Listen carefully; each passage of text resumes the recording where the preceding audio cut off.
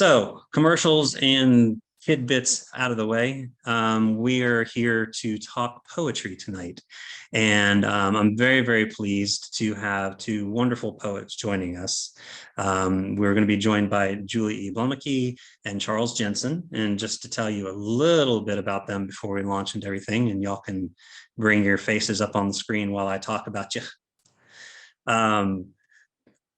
Now, we're just going to do a brief bio here, guys, because I would love to dive into all the things that you have, but we got a lot of questions that we're going to go through. But so Julie, her debut full-length collection of poems, Slide to Unlock, was chosen as a 2021 book all Georgians should read by the Georgia Center for the Book. It was also a nominee for the 2021 Georgia Author of the Year Award, and a forthcoming fellow. She's a forthcoming fellow at the Virginia Center for the Creative Arts. Her poems have been widely anthologized. Thank you for making me say that.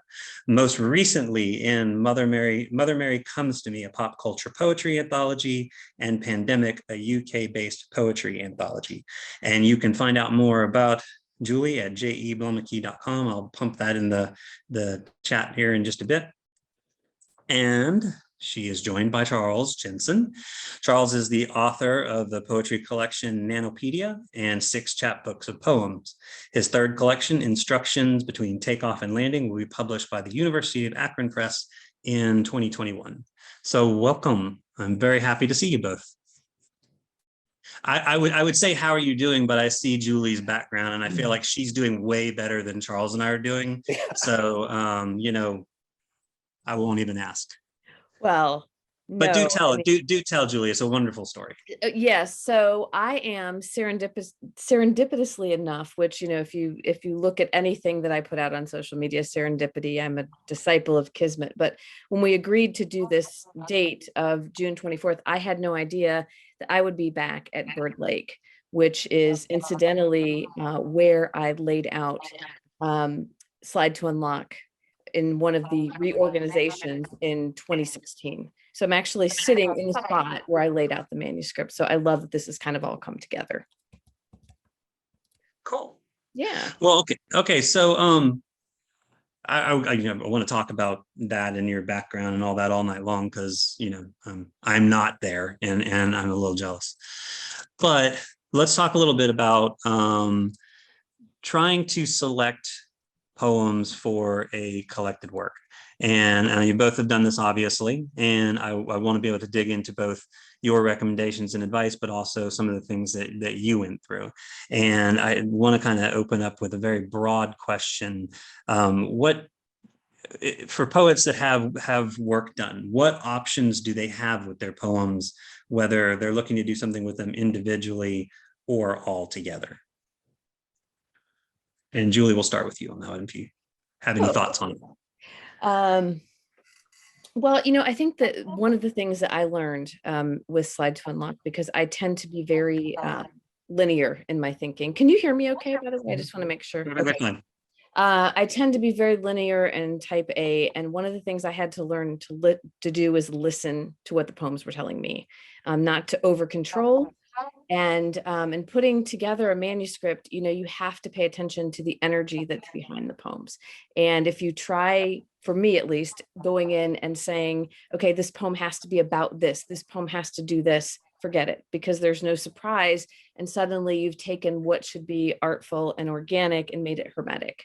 But that's a whole learning process and being able to surrender to the poem. So I think that's the number one thing for me, and something that I also talk about in my workshops a lot is being very aware of that subconscious, unconscious connection to what the poem wants, not necessarily what you want the poem to do. And that can be a pretty difficult process. So. Well, since Julie talked about I think this more thematic and intrinsic part of the work, I'll talk very professionally about a process. So obviously first you want to get your individual poems published, and then consider thinking about doing a chapbook, and then after that you would look at a collection and then anthologies, because you can you can go that direction, but you can't go, like, you can't take a book and then make a chapbook, and you can't take a book and publish individual poems. You have to go the other way. So I do think that's actually helpful when you're building a collection, because sending poems out to magazines is a great test to see if they're done, if readers are connecting to them. And then a chapbook is another way to kind of like do a proof of concept of a larger theme in your work. Usually they're a little more focused. And then of course, building the collection is, I think, complicated. For me, it's a very iterative process. I looked back at the first version of instructions between takeoff and landing, and it's unrecognizable. In fact, it has poems in it that I forgot I wrote because they just went like right in the trash when it was clear that they didn't belong here. So, and that's kind of how I work. Like, I do write a lot, and then I experiment a lot with how poems work together. But I think for me, the real test is beta readers a lot, and also just sitting with the work and letting it rest, and then coming to the realization that some of these poems are not good and don't deserve to be in this book, and ultimately culling and replacing until I get to a point where the book is the strongest version. But I feel like I'm really stupid in this regard. Like, I think other poets are probably much smarter at building a collection, but for me, I have to constantly fail until I've done all of the failing I can do, and then I'm left with something that's viable. Okay. You Oh, go ahead. Oh no, go right ahead, because I'm going. I was just going to say, Charlie, we share that because in preparation for this, I went back to the very first iteration of Slide to Unlock that I sent out, and I was astounded. So there were 60 poems, which was way too many. But, you know, for me, I have to also learn by failing. And I set this challenge that I was going to send it to a contest, even though I knew it wasn't quite there, just for the feeling of it. And just that act alone put me in a position where I went, okay, this is way too long. And then I was much more able to go through. But it is so important, true, to have beta readers and editors that you trust. Hugely important. And also to give poems time to marinate and decide what's working and what's not, and to be ruthless with what you include and don't. I mean, there were some that broke my heart, but I have them in a folder, and if I ever want to, I can go back to them. The other thing for me too was essential was actually reading. I'm very tactile and sensory, so I have to read poems aloud and then record them. And what I'll do is record them, and then I go and take a walk a few days later and listen to the recording back. And it's amazing how much easier it is to go, oh no, that is not working. I know you wanted that to work, but it's not going to work, you know. Yeah. So there's a whole other level of discernment that happens with the auditory. Sure. Yeah. There's two things out of those wonderful answers there that I wanted to follow up on. One, Julie, you said that 60 poems is too many, and I don't even have to be knowledgeable about it to know that 60 poems is too many. What is the right number? I mean, what on average, what is the right number for a collection? As many as the reader can tolerate. Yeah, exactly. Well, there's a feel though, wouldn't you say, Charlie? I mean, that it was something about that, and I just went, oh, and it was so many sections too. It was like 8 sections, and then Slide to Unlock is 42 poems. Okay. But of the 60,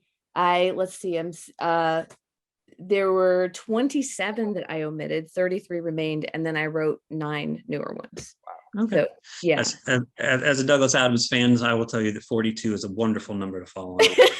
And yes. Then the other thing that came out of that is, Charlie, you had mentioned beta readers, and it's really interesting because today on the plug, the Facebook Broadleaf Writers community page, somebody had asked that question, like how do you go about finding beta readers? So in your experience for both of you, and we'll start with you, Charles, how did you find your beta readers? Well, mostly it's friends who have some awareness of how I work or what my books are like, and I like to involve poets and non-poets, because having a non-poet reader is important to me, or a non-traditional poetry reader, I guess you could say, is important to me in my work. And in this case, I feel like the most transformative feedback I got was from someone who had asked me to be a beta reader for his book. And so I asked him to return the favor, and it was like blew my book up and caused me to reconceptualize the entire structure. And so that was an entirely new person that who had never really engaged with my work on that level before. So it was great to have that fresh perspective. Cool. What about you, Julie?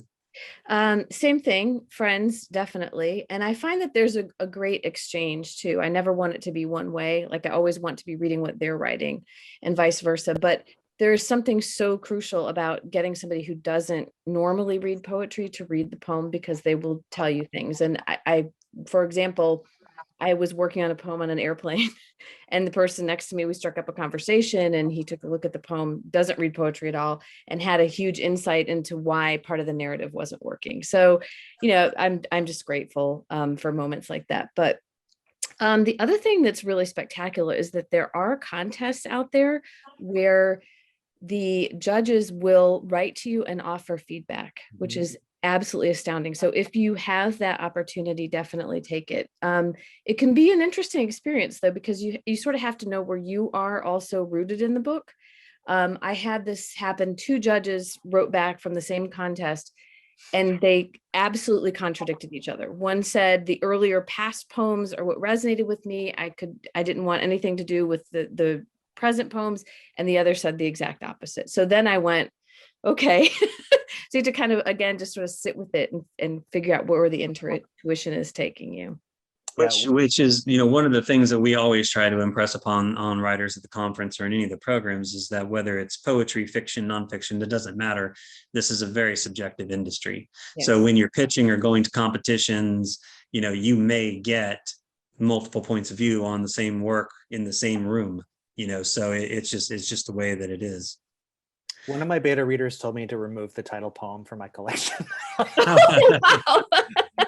And I was like, I feel like that's really essential. Definitely.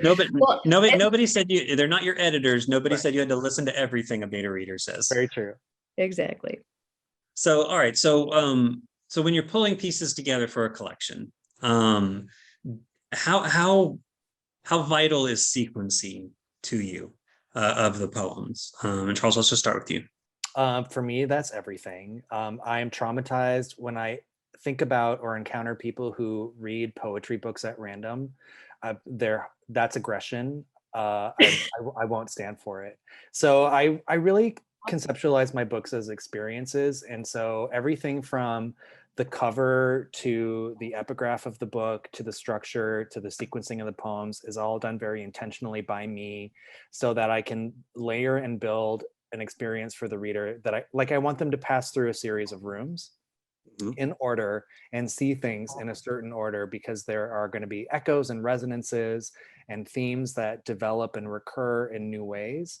So that for me, that's part of the discovery process of putting different poems together in the manuscript and articulating what that architecture needs to look like eventually, and knowing when the house is done. Julie, what about you? So, Charles, I love that you said that it's an aggression because there is something, and I laugh because I'm relating to that, right? And we talked about that when I read. So I've seen Instructions Between Takeoff and Landing, and I chose to read it at the beach, and I did not want to be interrupted. I was 3 poems away from the end, and the storm blew in, and it was like, but in some ways that was kind of prescient for where the book was at that moment. But for me, it's an interesting process. I agree with Charlie in the sense that there is a seduction that has to happen. I had a reader say to me that Pulse Storm 2008, which if you've read Slide to Unlock, it's one of the poems right in the middle that sort of opens up the relationship between the I and the husband.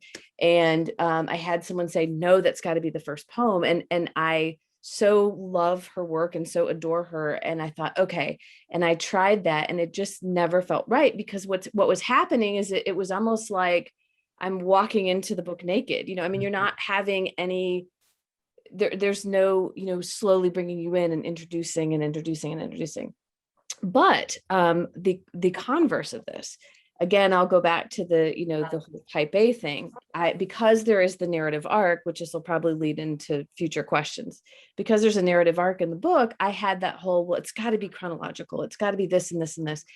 And all it was doing was stifling the organic nature of the book and the ability for the poems to be in conversation with one another.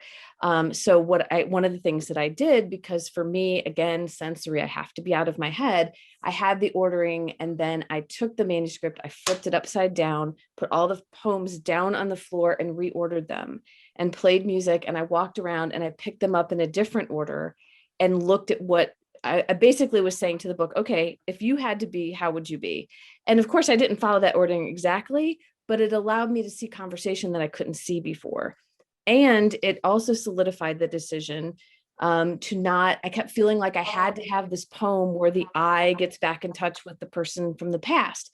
And then I realized, no, it can just already open, and that's already happened. I don't need that particular poem. So all of that was very freeing. So I think there's an art and psychology to this, because while we are trying to build a book that captures our intention, I think we also need to remember that it's going to be in competition in a pile of manuscripts. yes. So the conventional wisdom that I've also always been told is, put front load your manuscript with your strongest poems, so that the first reader doesn't throw it in the other pile, and you can always change it later. And so I had some awareness of that. I don't fully commit to it, but I did feel like my poem needed to start off with what I thought was one of my strongest poems, and also conveniently a poem that really opened up what I thought would be the overarching theme of the entire book. But I arrived at that, after 13 versions of the book, where I was finally like, okay, fine, I will put this strong poem in the front. You win, politics, you can have this one. But then I was like, oh, well, that's right. And that's such an important point too, because I had many people say to me, front load, front load, front load. And then if I did with a few, and then I was like, you know what, I've got to take a risk. And the second poem in the book, The Hang Up, which incidentally takes place at Bird Lake, was one that I really hesitated to put toward the front, because it's a much more, it's a poem that deals in the romantic, let's say. And I thought, God, that's a huge risk. But in the end, that was kind of what pulled in. So you have to kind of follow what those instincts are. Mm-hmm. Yeah. It's tough though. It's not easy. We're going to move to a sort of two-part question here. And the first one is just definition strictly. One of the key components, and again, this is whether you're writing poetry or fiction, nonfiction, it doesn't matter, is the inclusion of a narrative and or emotional arc to the entire piece. And I want to know from a definition standpoint, what those two things mean to you, narrative and emotional arc. And Julie, we'll start with you. Oh, yes, that's right. We're digging into definitions. Yes, exactly. And I knew that this question was coming, but I find it so hard to answer in a succinct way without oversimplifying. So, the narrative arc really is the telling of a story. So I guess that would be the easiest way to put it. But the emotional arc, at least for Slide to Unlock, was very layered. And I feel like there are a number of different emotional arcs going on in terms of touch without touch, in terms of opening the question of, if someone gets back and in touch with you, which they're not actually touching, they're just in touch, is that an opportunity for healing, or is that an opportunity for danger? What basically bringing up and presenting all of these questions in regard to how our interactions are changing because of text and social media and email, and how that's changing face-to-face interaction. So there were layers of that kind of playing throughout the book. But I'm very excited to hear what Charlie has to say about this, because the interspersion of Charlie's book, Story Problems, of the chat book with instructions between takeoff and landing, I thought was just a genius move. And I'm really interested to see how he navigated the arc for that. So that was the feedback I got from my helpful beta reader, because before that it had all been 40 pages of reading comprehension questions, and he was like, that got to be a lot. And I was like, thanks. So first, let me say that my background is in film studies. That's what I got my bachelor's degree in. And I believe because of that any two things you put in proximity to one another will create a narrative in the mind of the viewer or reader. So that's called the Kuleshov effect. And I'm always mindful of that when I'm building my collections. So I guess I worry less about a story narrative, and I worry more about that emotional arc, and making sure that I'm not like starting off at 11 and then the book drops off, but instead starting off in places that are quieter, maybe a little bit more accessible to the reader, and then starting to layer in these other things that increase the emotional tension in the book through more urgent poems until we get to the end. And so Story Problems as a chapbook, I think, is even in a different order than it is in the final version of Instructions Between Takeoff and Landing for that reason.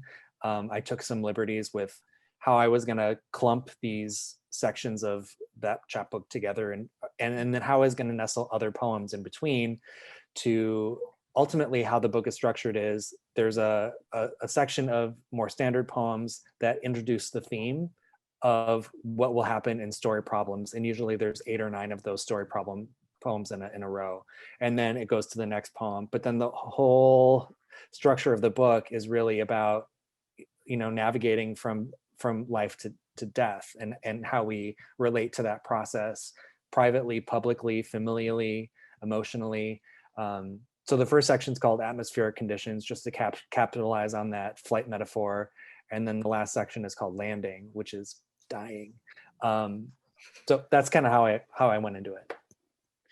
Sounds to me like you kind of addressed the follow-up question to that. So I'm going to throw in this to Julie, because I feel like I have your answer on this, but in considering narrative arc, or even really emotional arc for that matter, how much do you consider that when putting together first writing the poem, and secondly putting together the collection? Like, do you actually look to create pieces that tell a story, or are you just compiling poems and trying to create one? Ooh, that's a tough question too. Also, total hat tip for the Spinal Tap reference, Charlie. Fabulous. Absolutely. So yeah, that's tough, because when you're navigating an individual poem, and again, this is going to get into a little bit of conversation about energy work, which is sort of how I approach writing. But I'm all about very much feeling the energy of the poem and what the poem wants. And I say over and over again, and I don't know how to better explain it, I truly feel like I'm doing what I need to be doing if the poem comes through me and I'm not trying to make the poem about or make the poem do. It's why I think I struggle so much with form, even though I push myself to try, but I get very stilted when I write in form. So if I start thinking too much about it, it gets to be, I find I'm kind of sealing the poem in versus letting it expand out. And when I was working on Slide to Unlock, I kept noticing that I was writing poems about texting, about telephones. And I have to tell you, initially, I really resisted that, because I was like, I don't want to write poems about technology. Well, guess what? What I've learned about myself is when I'm resisting, that means I need to be writing it. Right. So then it was taking me all these places and making me so uncomfortable. So even more so, get more uncomfortable, because that's what this is about. So when I went to put the whole manuscript together and kind of look at it, I had to be really discerning about 2 things. One, I wanted sort of an interplay of different technologies, but I didn't want it to feel like, here's a Twitter poem, here's a Facebook poem, here's a text poem, here's an email poem. I kind of wanted it to be blended. So it's why, for example, you'll find the poem Rotary Ode in the second section. Most people would expect that it would be in the first, or the poem Telephone Call, which is kind of an homage to Great Gatsby. But it also has some moments of cellular in it. That's toward the front, because I wanted that sort of interweaving to happen. But it took a long time to get to that place of figuring out how that was all going to work together. Okay. And Charles, I want to leave you hanging there if you had anything to add to that. No. I don't, but I do think in Julie's book that obsession really fed into the both the theme and the architecture of the collection. And that's one of the things I really like about it. I mean, it's a book about how we connect intimately with people, and in all the ways that are mediated, and how that mediation both like flummoxes our attempts, but then also like it's such a beautiful way to actually seal the connection. Okay, cool. Thank you. Just to let everybody know, we are taking questions as we go. So if you have any questions for Julie or Charles, just go to the Q&A prompt that's at the bottom center of your screen and enter your question, and we'll try to work through as many of them as we can. And I have quite a few of them already sitting there. So I'm going to jump into one here that I thought was pretty interesting, and then we'll roll back into where we were. But the question is, do you read other poetry books sequentially? Spoon River Anthology builds layers upon layers, casts of characters, etc., based upon how you read it. That was the end of it. So the question would be, do you read other poetry books sequentially? I always do, just in case the poet has done the thing that I do, which has been extremely intentional about the order. Yeah. I do too, but then I also revisit different poems in different places too. It kind of depends on where I am. And do you find too, Charlie, that you gravitate towards certain poets when you're working on certain poems or not? I don't. Okay. But also every book I write is different, and like I have to invent how to write a book every time I do it. So Yeah. that's not to say that I would never experience that and have never experienced it. Sometimes I get really obsessed with certain movies. When I was writing my first book, the film Poison by Todd Haynes was a really huge influence, and so was the TV show Lost. So I was like constantly trying to digest both of those things as I was writing, but I think I avoid reading books too specifically when I'm writing. Was that First Risk that you're talking about? Okay, yeah. All right, well, we're going to get into a little bit of the nuts and bolts of writing poetry here. And I always, it's such an important thing for me as a writer. So let's talk word choice. When you write, do you look for words that complete the structure, or for words that have the most impact, or both? What do you think, Julie? You know, it's so funny because I actually typed out a response to this question because it really got me thinking, like, how do I do it? And I think for me, it's individual to the poem. So, and again, it's a whole process. So for example, I like to play with sound. So I'll, and I like to be random. So I might be working on something and then go listen to music. Like I might go listen to blues because I want to hear the rhythm of what's happening there. Or I might push myself to go and pick up the dictionary and flip through it and try a new word. I'm constantly trying to find ways to expand, the initial way into the poem. And one of the more common ones, which is actually kind of funny, so I enjoy sharing it, but I write everything with the exception of maybe one or two poems in longhand.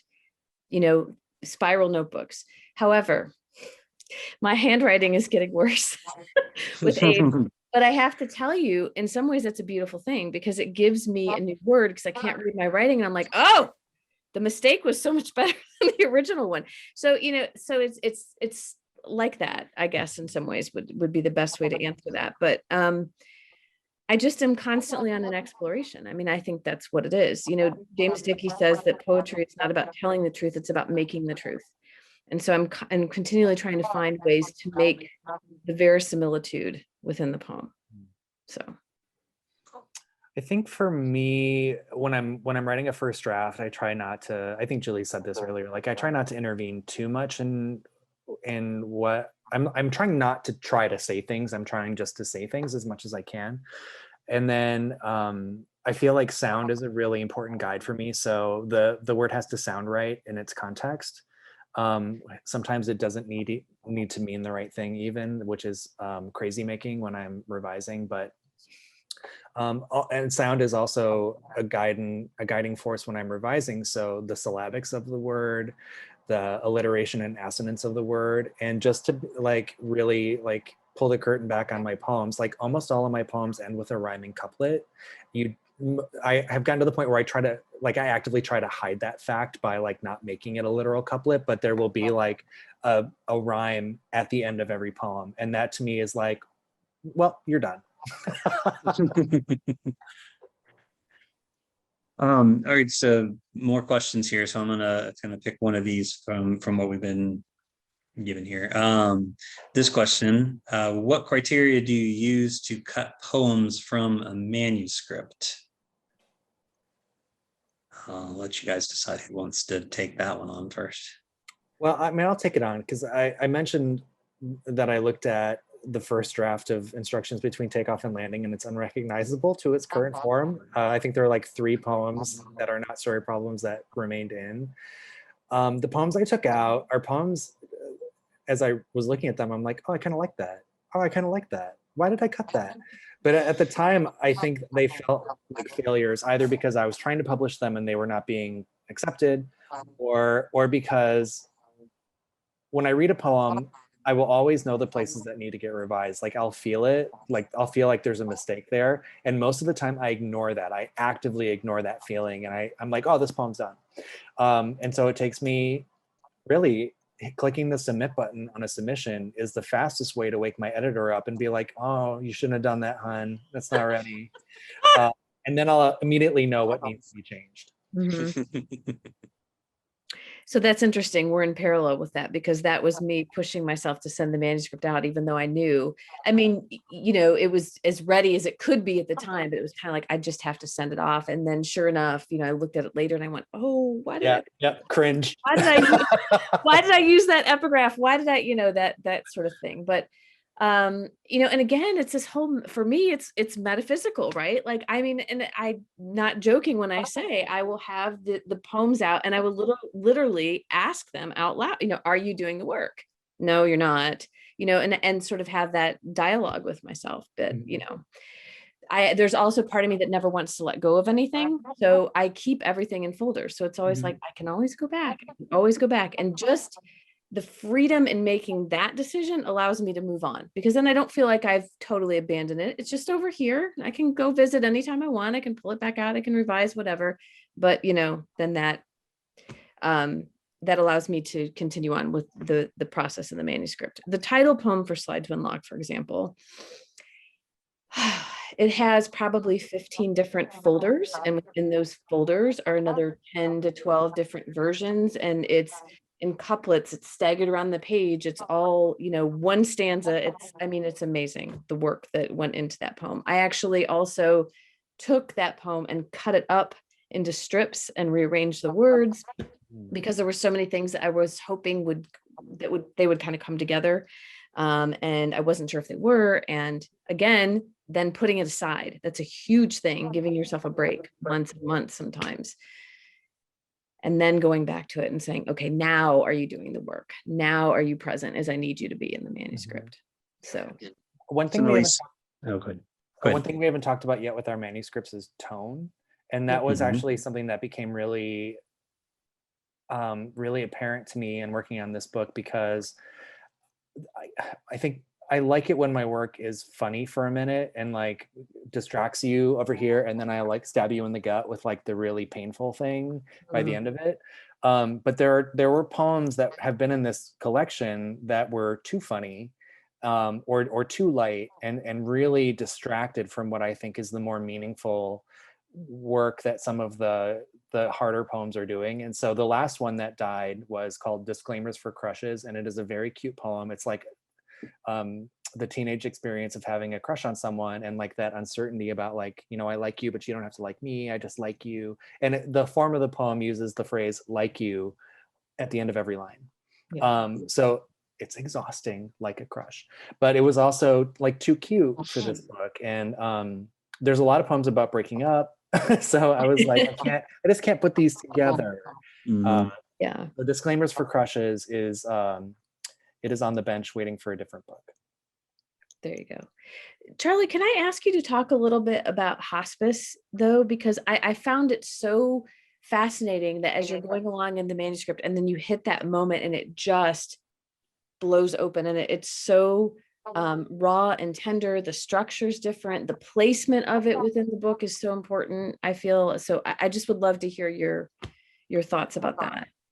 So my kismet is that, so that poem is about the death of my mother. And there's a few mentions of it throughout the book. It's one of the moments of reflection, but today is the 10th anniversary of her death. So like it's kind of weird to be talking about this book and that poem in particular, but that was an intuitive choice. I knew I needed to introduce that reckoning with her death in some way. And that was, I think, also a moment that's a poem that thinks about what is death, and like how do we witness it, and what are our needs in those moments. And it's so fractured. So I think it starts to really like break things up into some digestible chunks that I think in later poems we dive into them more thoroughly. And ultimately there's a poem in the book called Mortality, which is sort of funny at times, but it's a poem where every sentence starts with "I still might die" and then fills in the sentence with an imagined death or circumstance of dying, both funny and serious.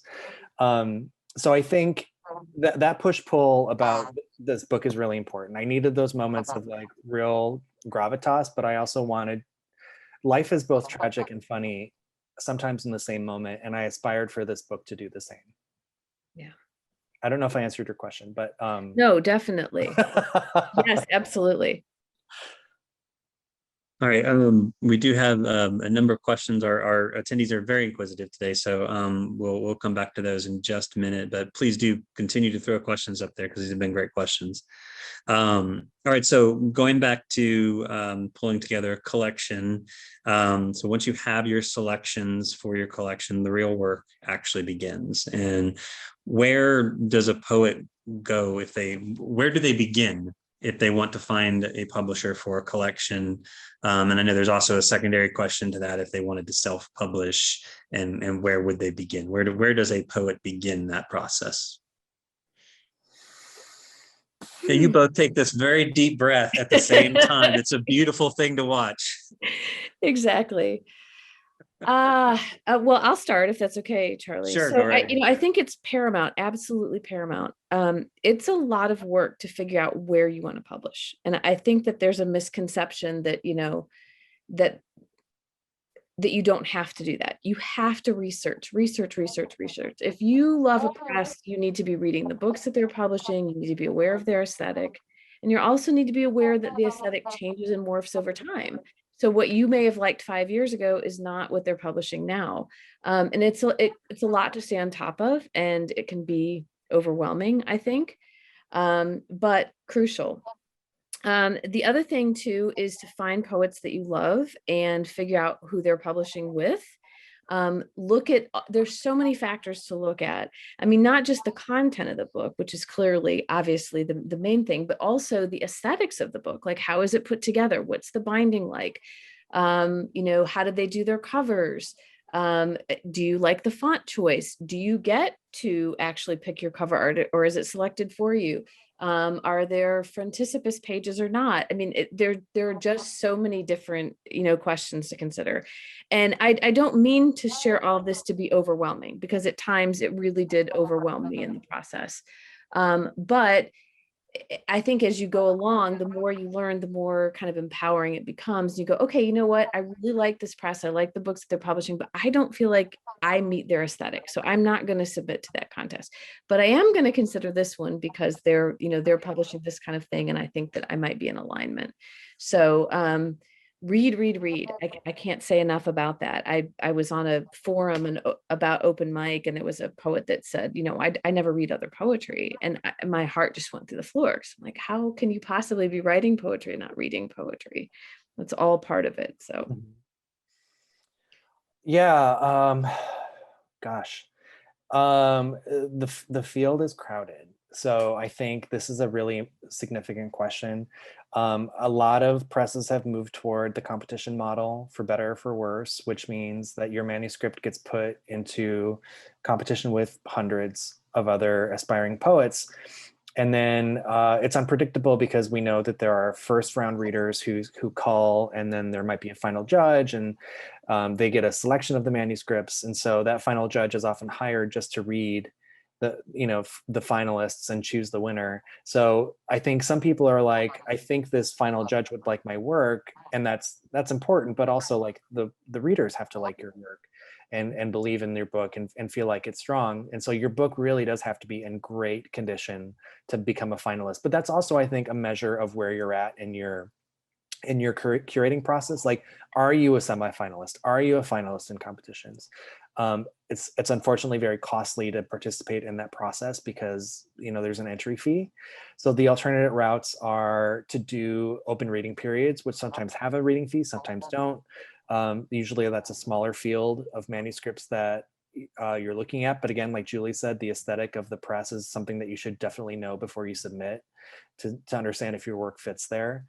And then lastly, there's direct query, which is you go to a press, you see when they're accepting unsolicited manuscripts, what their process is, and sometimes you submit directly to the editor with no fee. But again, you need to do all the research that Julie mentioned about that press to make sure that you're not wasting your time and theirs. Yeah. And I am going to feed off of a word that Julie mentioned, that I do actually have a personal preference in the work that I do. We're going to talk fonts. I know, like, obviously, if I'm constructing a novel, Times New Roman is the way to go because that's just what publishers and agents and all that want. But in my like professional life, I have a very deep fondness for Georgia font, and that's not just because of my time in Georgia. It's because I just love the font. So when you are maybe not so much writing them as in looking at the collection as a whole, and let's say you actually have a say in what the font is in there, how much importance do you place on the font? And Charles, I'm going to kick it to you first. I have lots to say on this topic.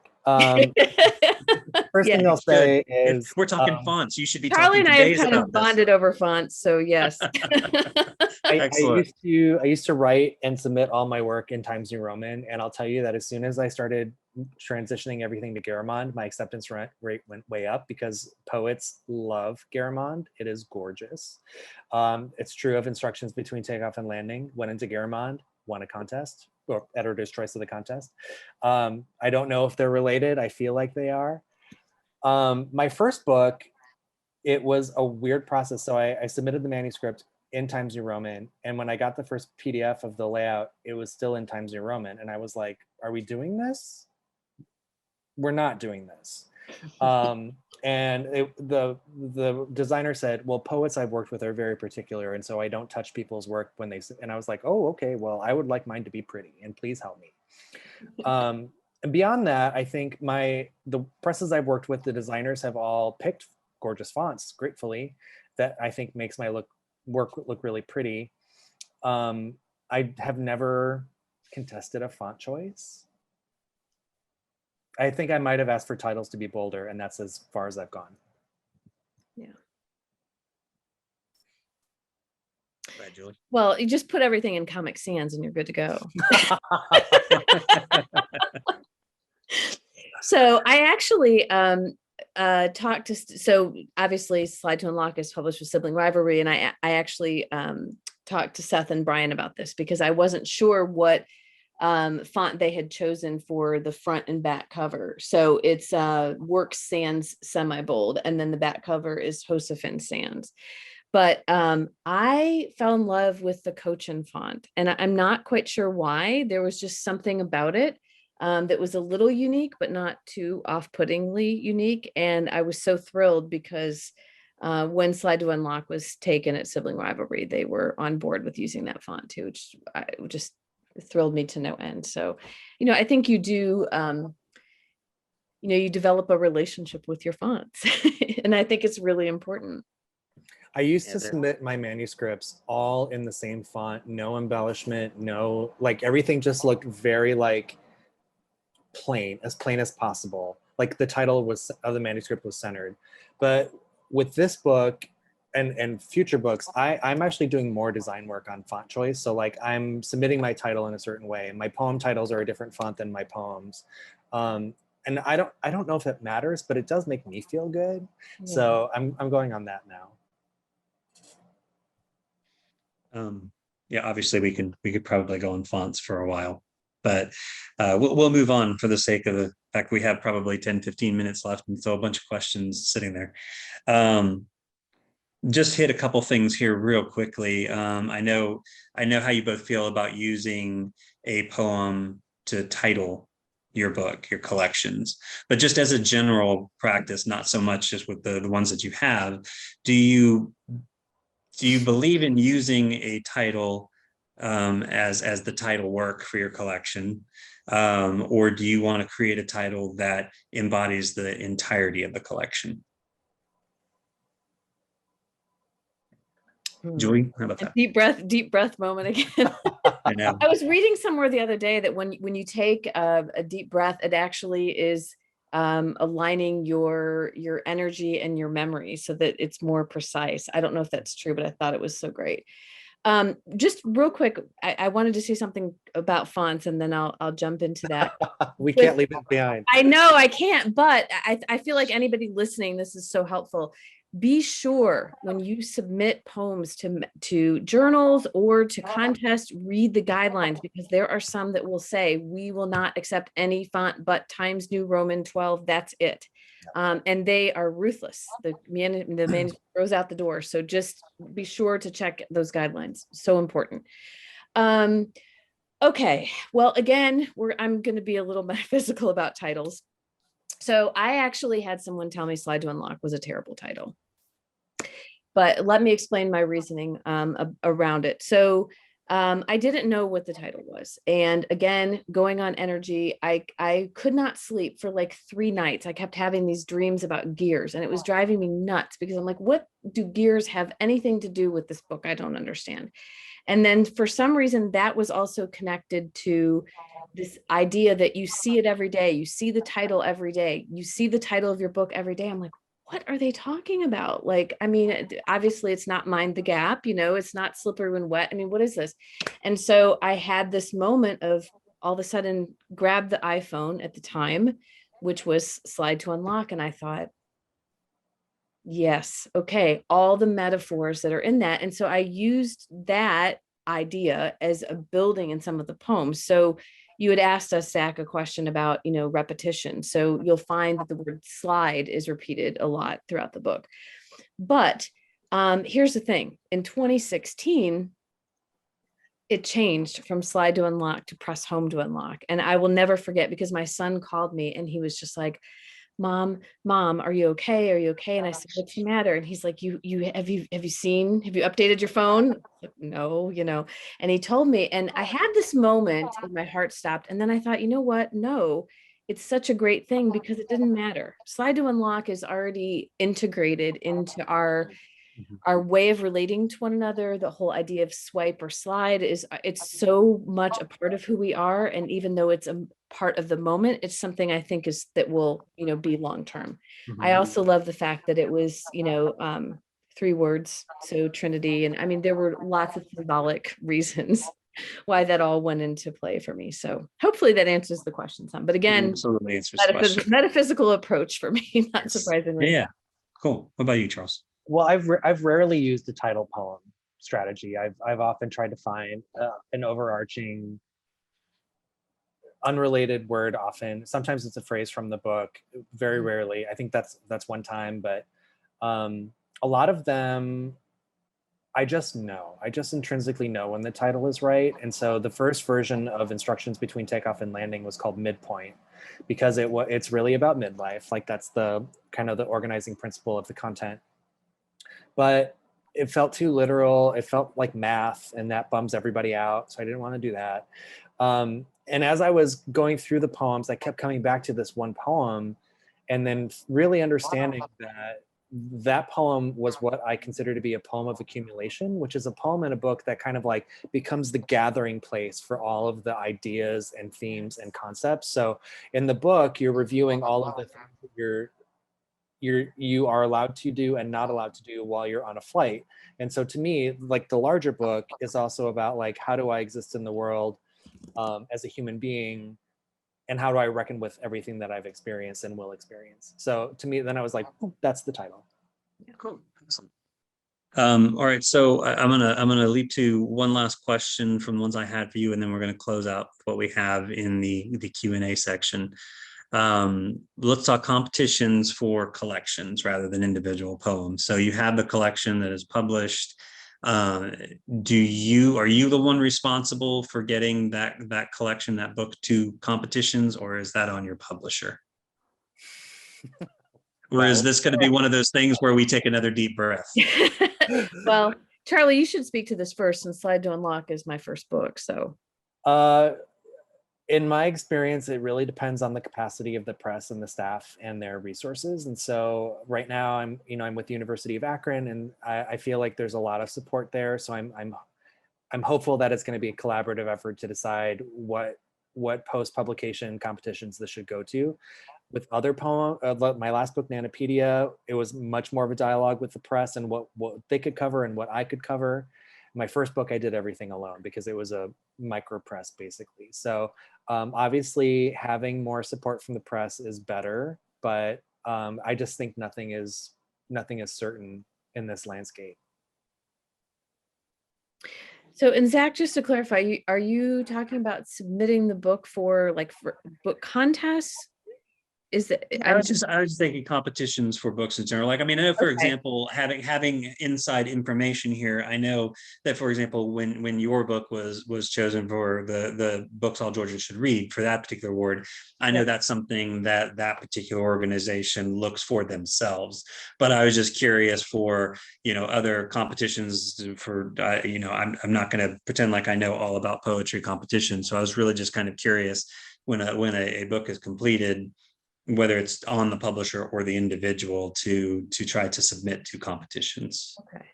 Well, in my experience, it's been a tandem effort. I mean, I did some research, and because it's a first book, there's a whole other set of competitions that are available that wouldn't be for subsequent books. So I literally had my own separate calendar of, when the deadlines were. And sometimes you can submit on your own. Sometimes they require the publisher to submit. So it just depends. So I was very fortunate, Brian and Seth at Sibling Library were wonderful. I mean, I can't tell you the emails that we went back and forth on. And a lot of times they would come to me and say, hey, were you aware that this deadline is going on? You should, put the book forth. And then there were a few times they jumped on deadlines and I didn't even know that they had sent Slide to Unlock. So that was really fantastic too. But I think, communication obviously is the main key, just making sure you're talking back and forth and again following all the stipulations of the contest guidelines, because sometimes there are so many and you'll read through 20 of them and find out on the 30th that you're not eligible for something. Yeah. Right. It's amazing. Or there's one where the press can only submit one book in one category, so then it's between you and one of your pressmates. So then you have this moment of saying, okay, did you want to submit for this? So did I. And you kind of discuss, who's going to go ahead. So that can be kind of awkward too. Yeah, gotcha. All right. So I have now exhausted my questions, and we're gonna work through what we have in here, which is a nice little hodgepodge of things. And the first one I want to get to is live poetry. The question is, does live performance help your poetry, and do you attend slams?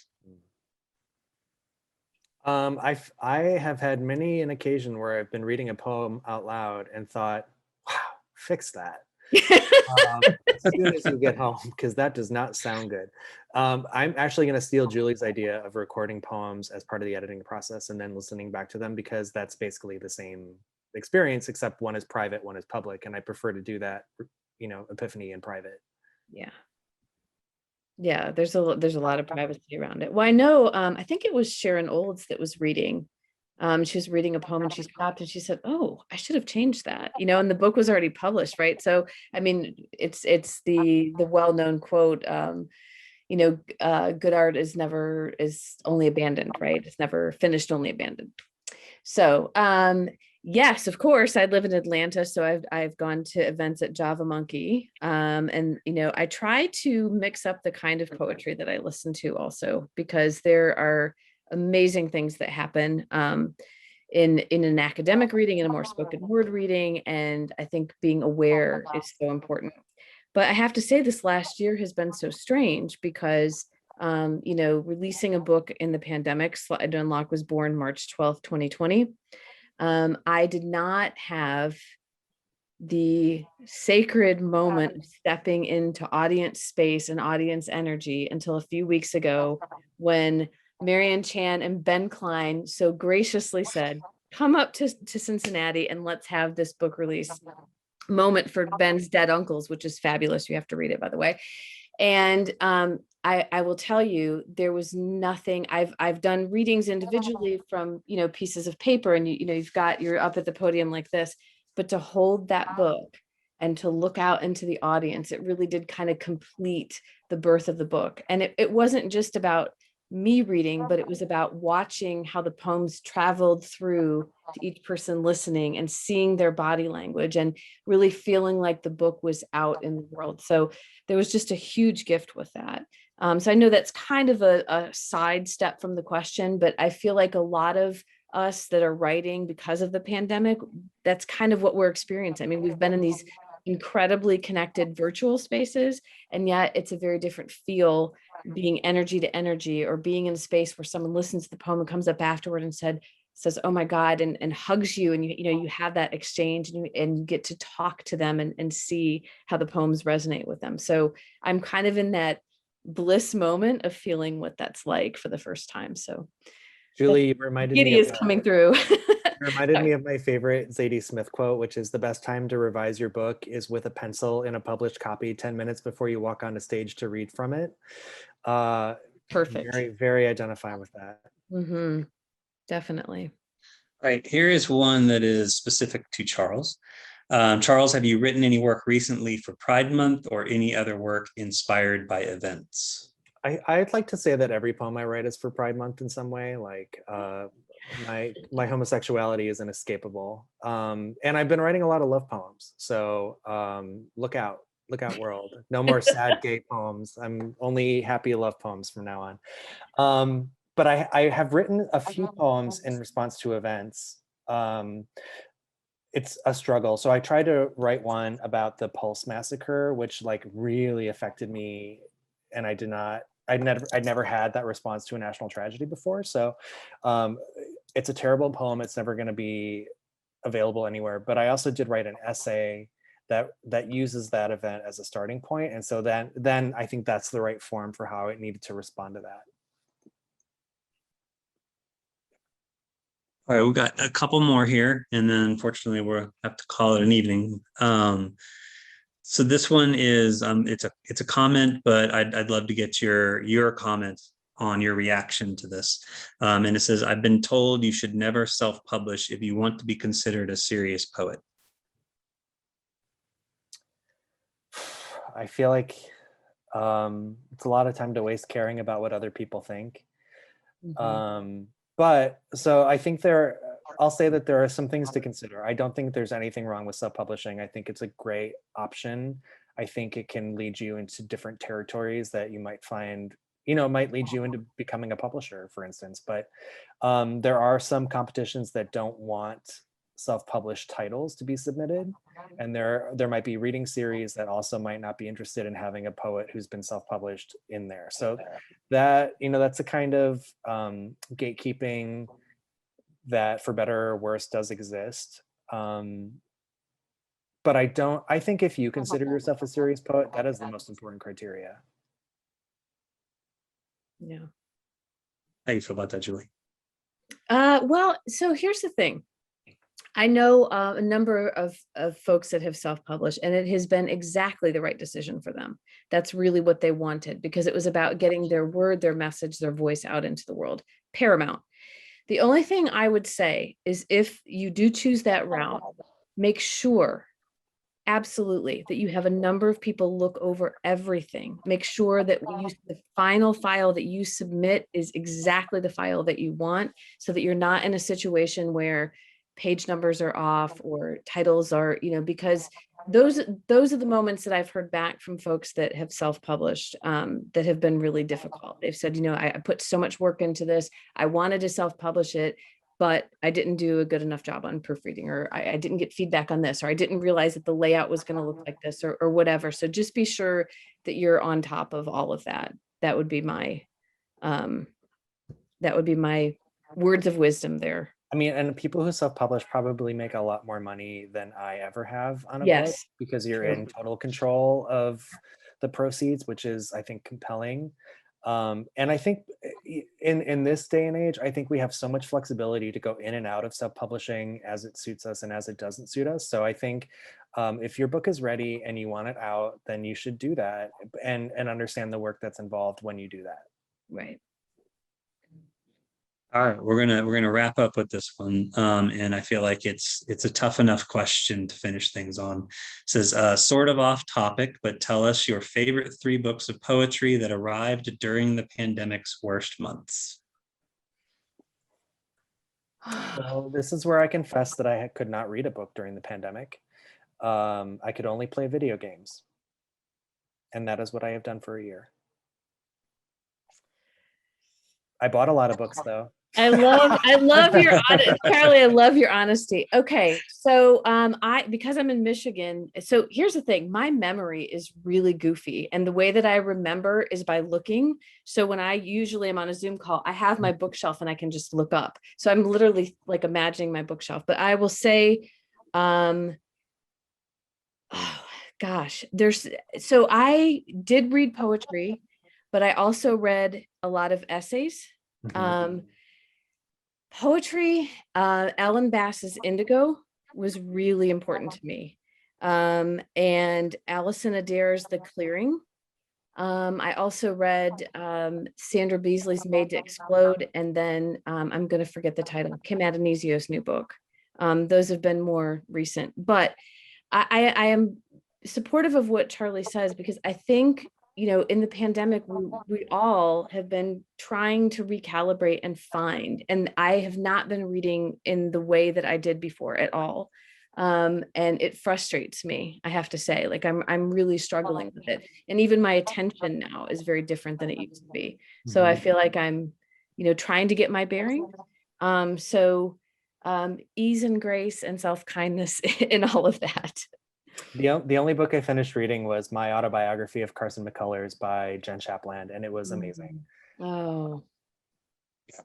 Yeah, I know the pandemic hit a lot of writers very hard. It was hard enough to focus on your own work, much less find work that you could enjoy. So yeah, that was a tough question.